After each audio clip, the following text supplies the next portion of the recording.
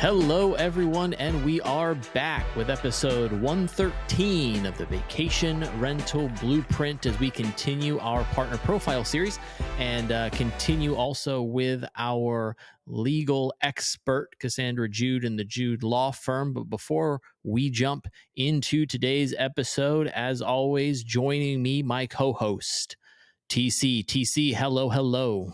Hello, hello. Good to be back. I refuse to ever be on camera, so I'm going to be that silent voice that There we people have go. to really wonder, what do I look like and am I real? I'm gonna talk to our producer and see if we can do like a South Park caricature where your mouth moves on like a static photo. I think that would be fun. I love Um, it. I love she's it. when we're done recording here, I'm headed over to one of our properties because we've got some new photos and some videos being taken. I think I'm really excited for it because TC, I know in all of your pro formas and your business models, you put sort of a commitment to continuous improvement in your properties through allocating some capital to always making small, sometimes major changes to the property, and with that necessitates an update for photos. So very excited to meet the photographer out there, and we're also jumping into some video. What kind of video, and what's going on over at the property? Yeah, so I'll steal the term from Walt, and we do believe in plussing the property, and we've been doing this, gosh, probably 2 or 3 times a year. We'll add some features to hopefully make it a better experience for our guests. And, we had gotten to a point that we had added enough that it was time to bring the photographer back out. But we thought, well, let's take advantage of this. We're going to bring the photographer out. Let's really capitalize on a photographer who has tremendous skill set. And this time we're going to do not just photography. We're going to do nighttime or twilight photography. We're going to do, the typical photography. We're going to do a video walkthrough. We're going to do a 3D layout of the house so that guests can get a real true idea as to what the experience is going to be like. We're going to do some drone photography so we can show distances from the house to the various parks and the attractions around the area. And it's going to be fun. I think we're going to really add to the visual aspect of the listing. And the more competitive the space gets, the more competitive short-term rentals become. I think we're going to find ways to further differentiate ourselves, both in how we describe the property, the experience we create, and the way we visually provide perspective to our guests.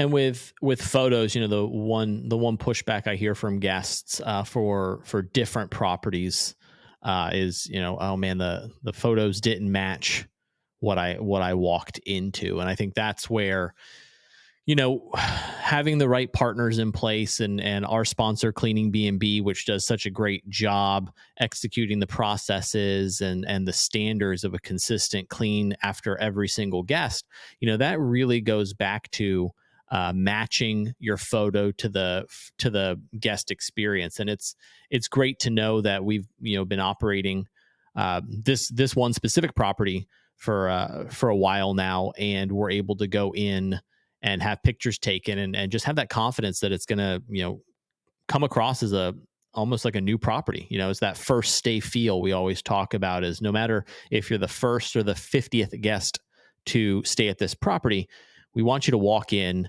and feel like you're the first guest that stayed at this property. And it's no easy feat, but the team at CleaningBnB does such a great job finding those cleaning companies that are aligned and committed to operational excellence, and delivering on that promise and experience for the guests. So photos are very exciting. Very interested to see how the videos turn out and how they're executed. I think anyone that does real estate or short-term rental investment, I think we all have some form of drone in our Amazon wish list in some way, shape, or form. So it'll be maybe this will be what kicks me over to hit checkout on my own drone, because it could be pretty cool. Well, and to your point, the house that we're photographing tonight and tomorrow, we have a lot of guests reach out to us, ask if the Toy Story room is real. or is it all Right. just photoshopped? Because as you know, we went so far above and beyond in that room that people really don't believe that's what they're going to experience. The reality is they are, but we get a lot of questions like that. Like, is this just a Photoshop? Am I going to be disappointed? And we have to give them reassurance that not the case. And as far as drones, I've purchased 4 drones, and I've got one in the pine tree to the left of the house, one in the oak tree to the Right. right, and one on top of the roof, and one in the chimney somewhere that I really can't even have a fire in the fireplace because I think the drone actually went down the chimney. So I guess I need to learn to fly. Yeah, and that many cameras in and around the property. This is a great segue into liability and just Doom and gloom too. doom and gloom. So I think with that episode 113 today, we're so happy to have Cassandra Jude from the Jude Law Firm joining us again today. Cassandra, how are you? I'm doing great. Doom and gloom gets me fired up. I'm There, ready. there it is.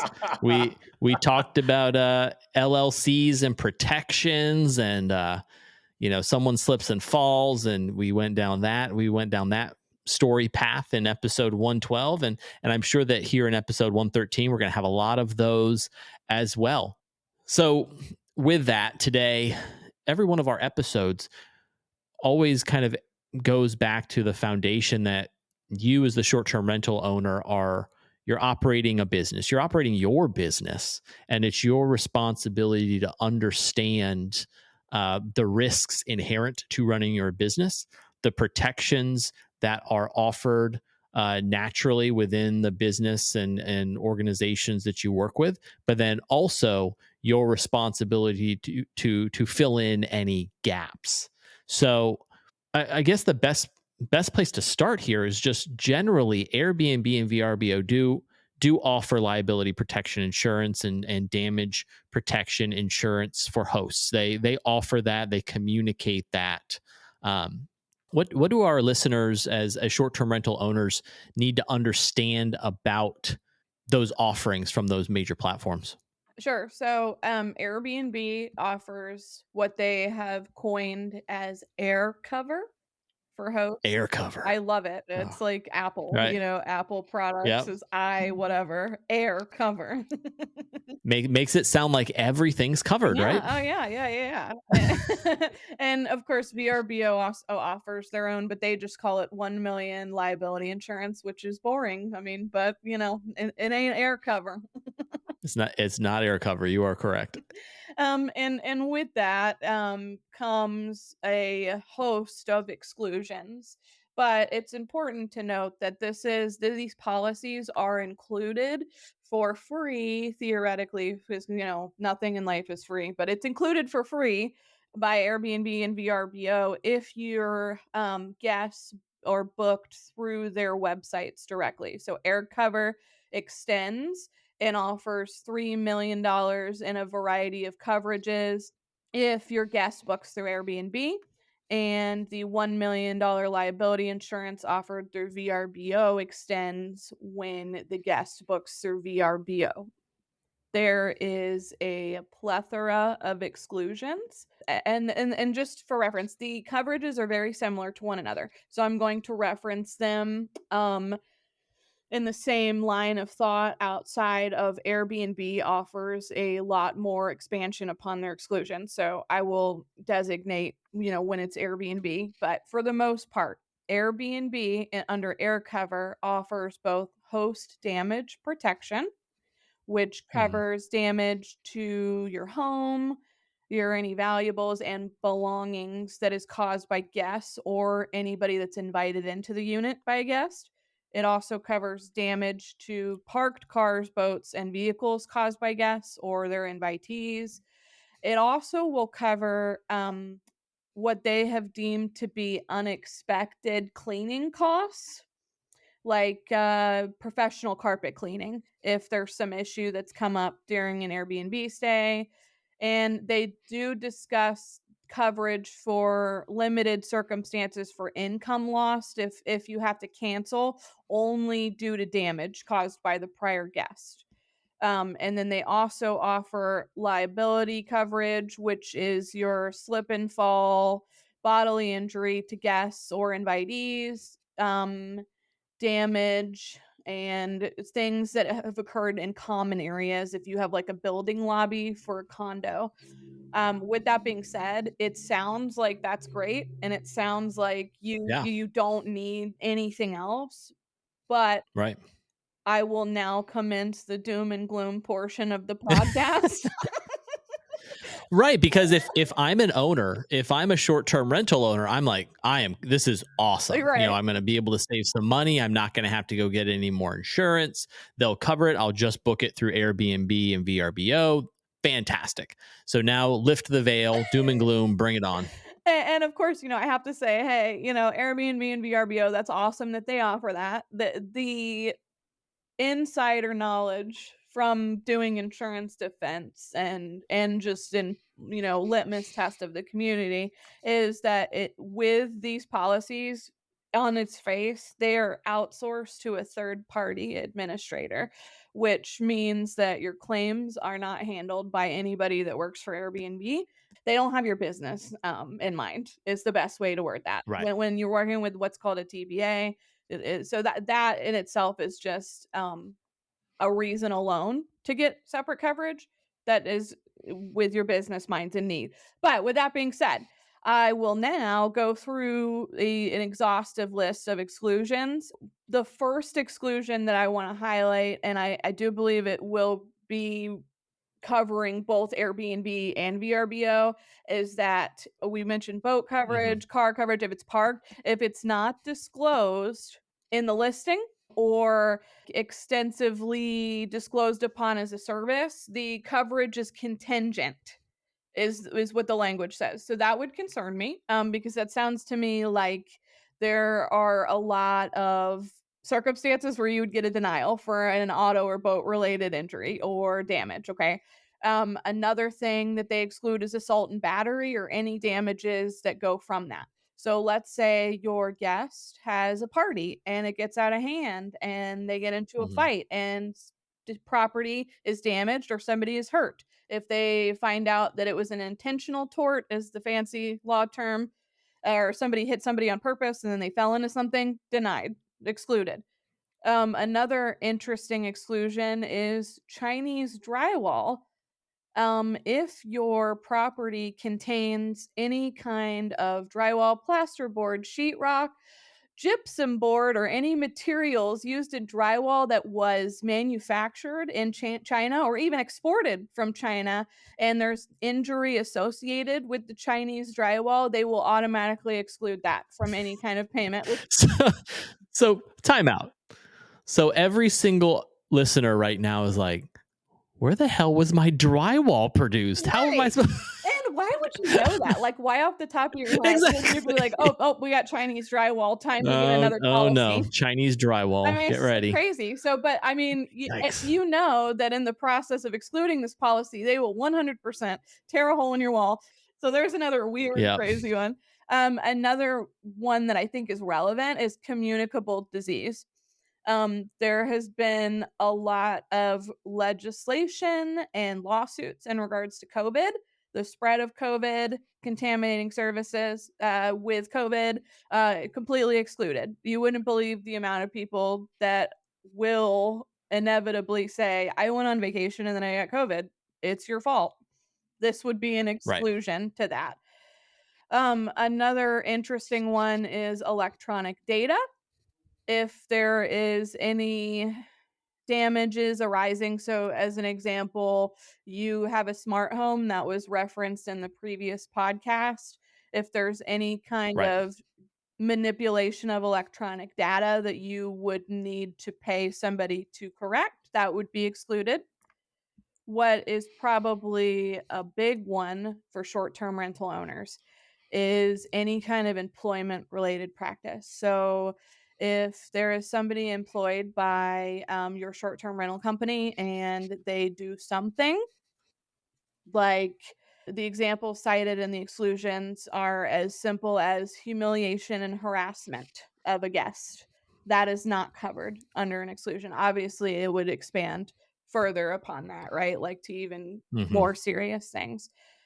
Another thing that is excluded is expected or intended injury, and that one is complicated. So I will use the tired example now of the slip and fall. Okay. Slip and falls are scary. I mean, slip and falls have a tendency to keep me up at night thinking about that. So reference away. All right. Okay. So let's say that you have a really nice rug in your unit and you did not put those frankly dorky little things underneath the rug that secure it to tile, for Mm-hmm. example. And a guest slips on the rug, falls, and breaks their leg. Because of the quote negligence of you not doing that, this would be an expected injury and it would not be covered, even though the $1 million policy, on its face will say if you have a bodily injury, it's covered. If there is any kind of Mm-hmm. provable negligence on your part, it then becomes an excluded injury, which is interesting to me because the whole purpose of coverage generally is that your negligence, they come in and defend you. So that one I want, short-term rental owners to understand. Additionally, I'll keep going down the line, some more boring stuff. Any kind of exterior insulation, so caulking, sealants, coatings, not covered whatsoever, which is also a segue into fungi or bacteria. Mold claims are a big deal. People will say that they saw black mold. Now they've developed a cough. There's a personal injury claim. It's an exclusion under the Airbnb and VRBO policies. There's also some liquor liability situations that they've excluded. I don't know how you guys operate your short term, but if there's any alcohol, you could be excluded. And an example of that would be somebody consumes alcohol on the premises, they drive off and they, are driving drunk and they harm someone in some way, like getting into an accident, that's excluded. I know a few owners that as a check-in gift, so when the guest checks in, they put a bottle of wine on the counter with a thank you note. Mm-hmm. It sounds like the example you just provided, that would probably be something they'd want to rethink. I would 100% say rethink that. Or in the alternative, make sure that in your insurance coverage, you have some form of protection that's being extended. Because what's going to happen in that Got it. situation is with Airbnb and VRBO, it's excluded. Okay. Just on its face, it's excluded. But if you give somebody a bottle of wine and let's say they're like a super lightweight, because like I've seen some what they're called dram shop cases, that's where they sue the bar for over serving. It's like 3 Right. drinks and they kill somebody on the road and they're liable because it's the standard of the person that's drinking. So you want to make sure you have a protection in place for that because those are expensive and they're really sad. I mean, because usually somebody's really hurt. So make sure you have coverages in place that provide for that. Jumping into this real quick, if I'm listening to the podcast, what I'm hearing is if a guest stays at my property and has a party. They have a party and maybe there's a fight, maybe someone brings alcohol and, damages happen. It sounds like there's really no protection for you if you're just relying on these OTA insurance, these Airbnb or liability protection, right? I mean, is the best way to put it because you can sue anybody for anything, right? I mean, that's the Right. unfortunate part. And there will For sure. probably be a argument over who is going to pay for the defense, either it's you or Mm-hmm. Airbnb. The language in the exclusion is that they will be excluded if the insured caused or contributed to the intoxication of any person. Okay. But the best practice would be to just get an insurance agent that, make sure that that coverage is in your policy would be what I would Got it. recommend so you can avoid that. And every exclusion you list, I think of 5 guest experiences or something. There's like, oh, story. Well, But please, yeah, I let's. want to hear the stories. There's so many. Another noteworthy, interesting one is any kind of hazardous nuclear material. I'm not sure when that would come up, but you're Oh, excluded. I've got a story. No, I'm joking. I don't have a I was story like, on that yes, I want to hear your Heisenberg story here. one. The next one is pollution. Any kind of equipment used to heat, cool, or dehumidify the building. Products and completed operations. So any goods or products that are sold or traded under your name are excluded. Any kind of products recall.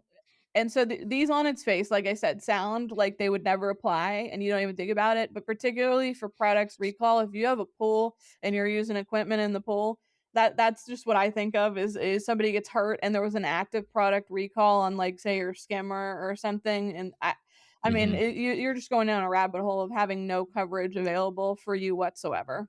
Right. So that scares me. And then a really important one that I wanted to mention was recording. So any damages that would be personal injury or property damage or anything will be excluded if they discuss actual or alleged recording if the information about, like, cameras and posting them is not previously disclosed in the listing, including the specific location where recording occurs during the reservation. So that one's important. So with the camera component, if I'm thinking going back to like a party, and large parties are a concern for, depending on what part of the country you're operating your short-term rental in, but large parties are a concern.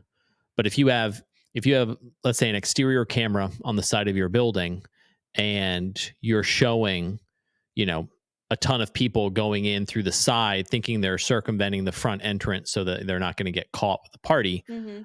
If you don't properly disclose that camera is part of the rental agreement, then do you essentially lose your right for protection under this coverage? If the guest makes a complaint regarding an intrusion of privacy or anything along those lines, yes, that you Right. do, which 100% they will, because Yeah, they're going to be mad that they got caught, so they're going to say, "Well, now I feel intruded upon because I had no idea that camera was there." Right. Mhm. There are some others as well. Obviously, things that are a little bit more sensitive to discuss, like sexual assault, it's completely Right. excluded. And then lead and asbestos, to piggyback off of the mold and bacteria, are also excluded. And then there are some very specific exclusions for if you have a watercraft. For example, if you're using the watercraft as an accommodation and it's docked or on mooring, it would be covered just like a regular Airbnb property.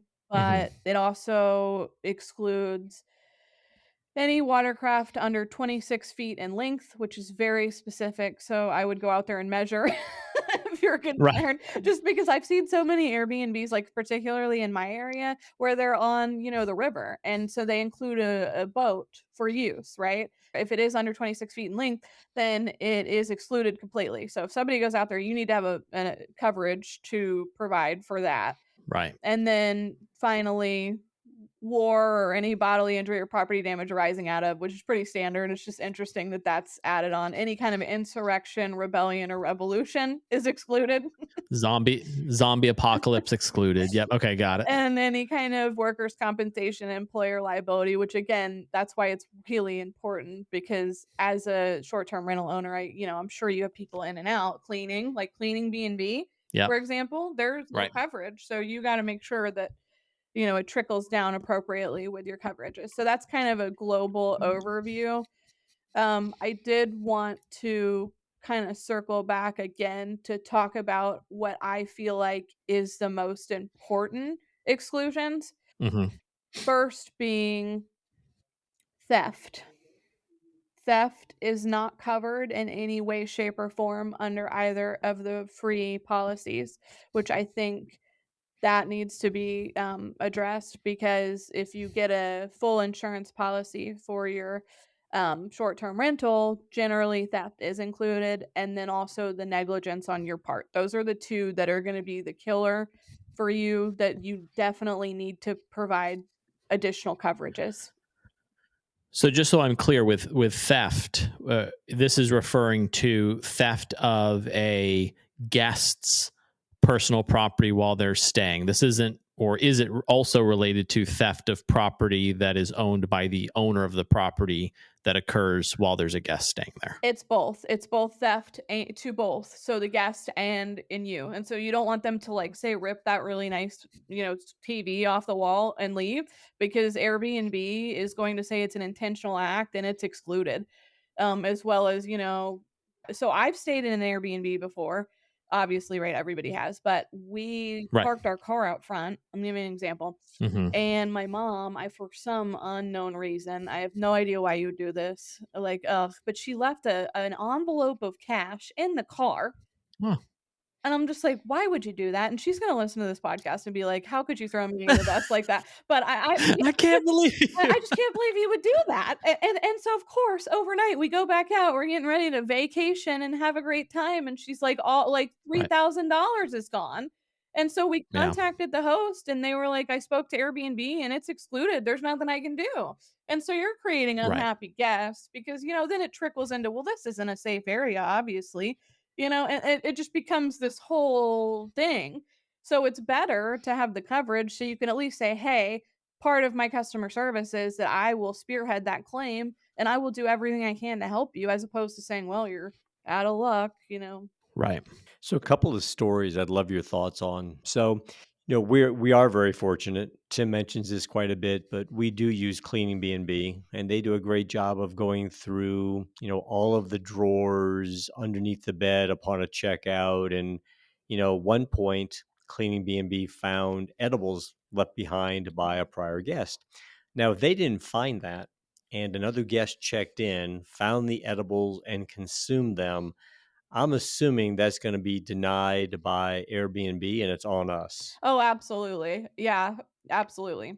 That one really scared me to death because it was a very small packet, but again, cleaning B&B is very thorough. They went through every drawer, they found these things, and fortunately, not only brought it to our attention, but disposed of it. But goodness gracious, if that was found by a child, that does make me worry quite a bit. It's again that question of, okay, well, what resources and what protections does an owner have if something like that does occur in their property? And my concern is most owners don't know. They're like, oh well, I have air cover. And it's like, well, hopefully people listening understand from Cassandra's analysis, and we're going to continue to go through it. But this really does sound more like a supplemental protection as opposed to the predominant protection that a business owner should have for their property, right? Right. And yeah, that's a great point that you made, because if you actually deep dive into their internal documents that they provide to short-term rental owners, it very much says, hey, at best, this is supplemental coverage, and we will come Yep. alongside your insurance company. It'll look great for you, right? That's the way I think about it. It's like you get your own insurance, then you get Airbnb's insurance, and you've got a whole team of lawyers spread between two insurance companies. I mean, they're going to make Right. every argument on your behalf, and you're not going to have to pay anything outside of your premium, which is basically, Exactly. I mean, I don't know why you wouldn't wanna do it, and in regards to those arguments, if that person has a good lawyer, what they're gonna do is sue everybody under the sun. So Cassandra, let's unpack this a little bit because again, if I think about that short-term rental owner, new to the business, they see the headline, $1 or $3 million of coverage. They probably have this point of view that they are getting this panacea of coverage and that I don't have to worry about anything. What I heard you say was that if you dig into the documents of this protection, it's really supplemental coverage, and the owner should be thinking more primarily about their insurance coverage. I do know in talking to many owners that many owners think about that insurance coverage as buying the least expensive policy just to have coverage. What I'm hearing you say is we better all think differently about that. So if I'm looking for insurance, what type of insurance and how should I approach this as an owner if indeed what Airbnb and VRBO is offering is simply supplemental coverage? So you're going to want commercial coverage. So I think a lot of short-term rental owners think I have a homeowner's policy for this property and the coverage will extend because I own the home, right? But there are very few and far between insurance companies that endorse short-term rental use of the property. So between your homeowner coverage and Airbnb's air cover, both could exclude in the event that they don't cover Mm, short-term rentals. So what you need is an insurance agent to work alongside you that has knowledge of the commercial space because I didn't really touch on this yet, but a major exclusion for both of the coverages by Airbnb and VRBO is they do not do any kind of real loss of income, for example. So let's say, the hurricane. We're in Florida. The hurricanes are a real deal here. Airbnb yep. and VRBO exclude any kind of acts of nature. So any damage on its face, no coverage. Okay. But then also, let's say your property is so damaged that you can no longer conduct business. Well, you're losing income. And so you want insurance that will get you through that tough time where you're not able to have guests come in. And so that's where that commercial policy comes in. Commercial policies are business minded and they provide for, in these kinds of circumstances, income loss to be given back to you in the claims process. So you're not just completely, out of luck. And I know, Cassandra, when I first got into the short-term rental business, the only thing you think of for coverage is who am I using for my primary coverage? And I found out very, very quickly that they don't offer coverage for short-term rentals.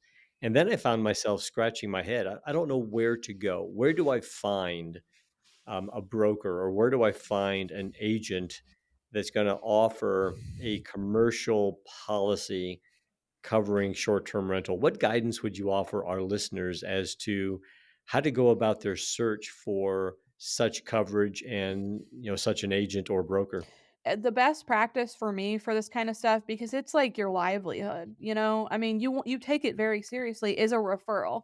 So I know, there's meetups. A lot of people who have been doing this for a long time don't have a problem sharing. I'm sure you guys would not have a problem sharing who you use, but there are also several industry standard, I would say, insurance companies that really are short-term rental minded. And any commercial broker, like if you do a simple Google search, you could start there if you don't know anybody in the industry. Commercial brokers are going to know, what you need. But a really important point I want to make when you're talking to them, make sure that you disclose that you want all risk coverage with replacement cost valuation. Okay. There is all risk cause of loss insurance with Okay. a distinction for replacement cost valuation. And what that means is all risk is all risk, right? There are very few exclusions in the policy when you have an all risk policy. And replacement cost is better than what the insurance companies usually do, which is actual cost. Okay. So, actual cost value will be like your couch, let's say. Whatever a couch in that stage goes for is what you'll get. So, like, if it's a 5-year-old couch, you're gonna get 5-year-old couch payment on that 5-year-old couch, which makes no sense, right? So, replacement cost is, well, what it costs to actually replace it. So, those are two key buzzwords you can use if you're, out on your own. You're, the first short-term rental person in your area and you don't know where to go. Reach out to a commercial broker, say those are the coverages I want. I would always recommend also, and again, I'm not an insurance agent. I just, I dabble, right? But Right. so Yeah. make sure you talk to them about your specific needs. But you really want a minimum of 1 million of commercial general liability. Okay. So those are kind of some good things. And then also, of course, you really want to make sure that there's some coverage for your actual lost income with no time limits. So those are kind of some things you want to look for. when you're talking to, if you don't know where to go. But again, I'm sure if you talk to TC or Tim or other people in the short-term rental business, they've got somebody that they work with that is trusted and vetted, and they'll get you going in the right way. But just kind of gets back to the crux of why we're having this conversation. Is this isn't meant to be negative toward Airbnb and VRBO for what they offer. It's just a reminder that in analyzing the fine print, this is supplemental insurance. So it's not your end all be all as an owner. And you shouldn't look at it that way. You should really look at this. This is just sort of an additional layer of protection that's not going to cover everything. But I run a business here, and in running a business, I have to get as much covered as I can, and that's where going through the commercial coverage approach is going to be your best method. So if you're going into this thinking, oh, I can save money on my pro forma because my insurance cost is baked into the Airbnb, so I don't need to worry about that. Stop, pause. If you're at this point listening this far into the podcast and still think that, go ahead and stop and just restart this podcast because you were doing something else and not listening. But it really does go back to finding the right commercial coverage, utilizing your network, fellow short-term rental owners, the vacation rental blueprint community, and find the right coverage for you that's going to protect your business, because there's a lot of things that can go wrong when you're providing, lodging for individuals and families to come together. Just having these protections is really where you're going to be able to take care of your guest and then also take care of your asset long term. right. And I mean, I think it's important to note also, I mean, Airbnb and VRBO are great for even offering it, because really at the end of the day, Oh yeah, and they may even, like, I've heard of situations where they don't exclude, and people are like surprised and they're like, thank God they paid for this.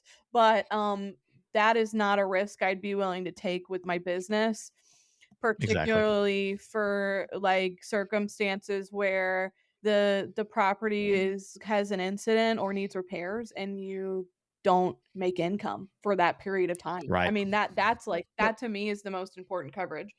And Cassandra, you mentioned something at the beginning of the podcast, which was interesting to think about. I think you said that the insurance provided by Airbnb and VRBO is administered by a third party. And the way I think about that, and you tell me if I'm thinking about this incorrectly, but if that policy is, or that coverage is administered by a third party, that third party, their client is Airbnb and VRBO, and their job is to minimize the outlay of cash. So their motivation is to protect Airbnb and VRBO. With that being thought of that way, then the owner of the short-term rental, we've got to have good insurance to truly protect our needs, our interest, our asset, and only think of Airbnb and VRBO as supplemental at best. Is that fair? That's 100% fair. And I'll just tell you, when I worked at the biggest insurance defense firm in Florida, whenever I had to deal, and oh my gosh, this is my opinion only, et cetera, et cetera. But whenever there was a TPA, a third party administrator, as the adjuster, I was like, it Right. is so hard to, like, when you're representing an insured, for example, like your own insurance company, to deal with them, because they're like, well, Airbnb's not going to like this, so we're not going to do that. And that's really their answer. And I mean, it makes sense, right? Because Airbnb's the ones paying them. So it makes perfect sense, and I don't knock it at all, but it's very hard to get stuff done when that's going on. And I think this is also a good spot too to remind our listeners and viewers, as we've talked about in previous episodes, none of these claims are going to be possible. I don't think, especially with physical damage or physical issues, without a strong pre and post check-in and check-out inspection process in place. I know CleaningBnB offers this service, and we use it pretty extensively at our properties, where unless you have a time-stamped photo of your property after the cleaners have been to the house and before the guest checks in, And then also corresponding timestamped photos after the guest checks out and before the cleaning company arrives, you're putting yourself at a disadvantage in any claim because ultimately, as the owner, it falls to you to prove that what your claim is that your claim being made is factual and based on data that you're able to provide a before and after photo on. So I would always challenge and am a huge supporter of these pre-check-in inspections and post-checkout inspections for this very reason. TC, I think you and I learned this lesson the hard way on our first guest, right? Yeah, we have a real life experience, and this was our very first renter. So, my goodness, what a way to start in the short term rental business. But this renter, very first renter we had in the home, and upon checkout, we tallied up around $3,100 of either damage, excessive trash, missing items, and we fully documented it. We took photographs of it all. We had a company come in and do a written proposal on what it was going to cost to get the home ready for renting again. Submitted all that to the platform, and it was denied. And while I fought it for several months, it was denied because we didn't have proof of what the home looked like upon check in. Right. And even the fact that it was the first renter that held no water. So, lesson learned that we've applied ever since. We take time stamped photos of the home pre check in and post checkout. So, we have outstanding documentation of what the guest had when they got there and what the house looked like when they checked out. And that has served us very, very well. We've had a few claims using that process, and the platform, in this case Airbnb, has reimbursed us both times because we had strong evidence of what occurred. But without those time-stamped photos pre and post, I think we would have lost out again. So I think it's time to recap. And once again, Cassandra, I'm going to recap what I think I've heard. You'll tell me what I get wrong. In recap, it's great that Airbnb and VRBO provide coverage. They don't have to do that, and they do. They provide Right. $3 million of coverage. It's a nice thing for them to do. It's a good marketing tactic. But as you pointed out, it is administered by a third party, and their motivation is to protect the interest of Airbnb and VRBO. That's not a negative. That's just the reality of how insurance works. Yep. And if you read into the documents, Airbnb and VRBO clearly state this is supplemental insurance. Owner, you should take care of yourself by having a good insurance policy. What does that mean? It means, well, you should have a commercial policy. You should make sure that the insurance policy endorses short term rentals. You can use a company like I think you said Proper as an example, Proper Insurance as an example that folks might want to look into, and that you've got to make sure that you have all the appropriate coverage as well as lost income so that your insurance is in the primary position, knowing that Airbnb and VRBO, what they provide is supplemental. So that's how I heard it. Cassandra, what did I miss? What would you add to kind of round this out for our listeners? And then by all means, do your legal thing and disclaim. Yes, like I've like I've said in the previous episode, which you haven't listened if you haven't listened, you should totally listen to because it's about It was a LLCs. great episode. Yep. I am only licensed in Florida, so I'm only a Florida licensed attorney, and I am only giving general legal advice. So this podcast should not be construed to create an attorney-client relationship. I would be more than happy to make a relationship, but you would need to reach out to me to do that. And we'll include all of the Jude Law Firm's contact information in the description and show notes so everyone can do just that. You know, what kind of is crossing my mind is this has been a great episode. I've learned a ton, but it's also made me question my own rental agreement. I'm going to go back and look into that. So maybe we should invite Cassandra back and really dive into the value of a rental agreement, what to have in, what not to have in a rental agreement, I think that's a natural next step for Cassandra to demonstrate her awesomeness. Her general awesomeness and specialist awesomeness.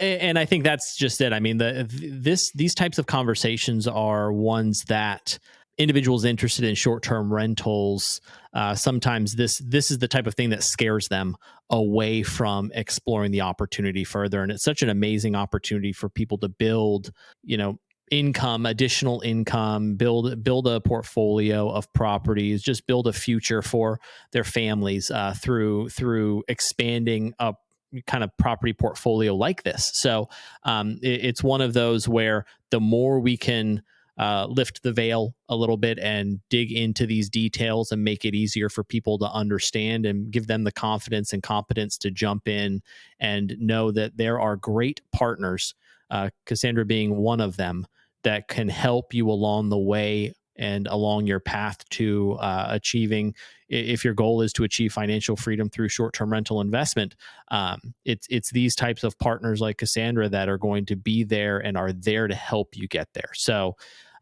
TC, Cassandra, really appreciate the time today. Everyone out there, like, subscribe, tell your friends that are interested in short-term rentals to follow the podcast, follow us along at the Vacation Rental Blueprint, and we'll see you on the next episode.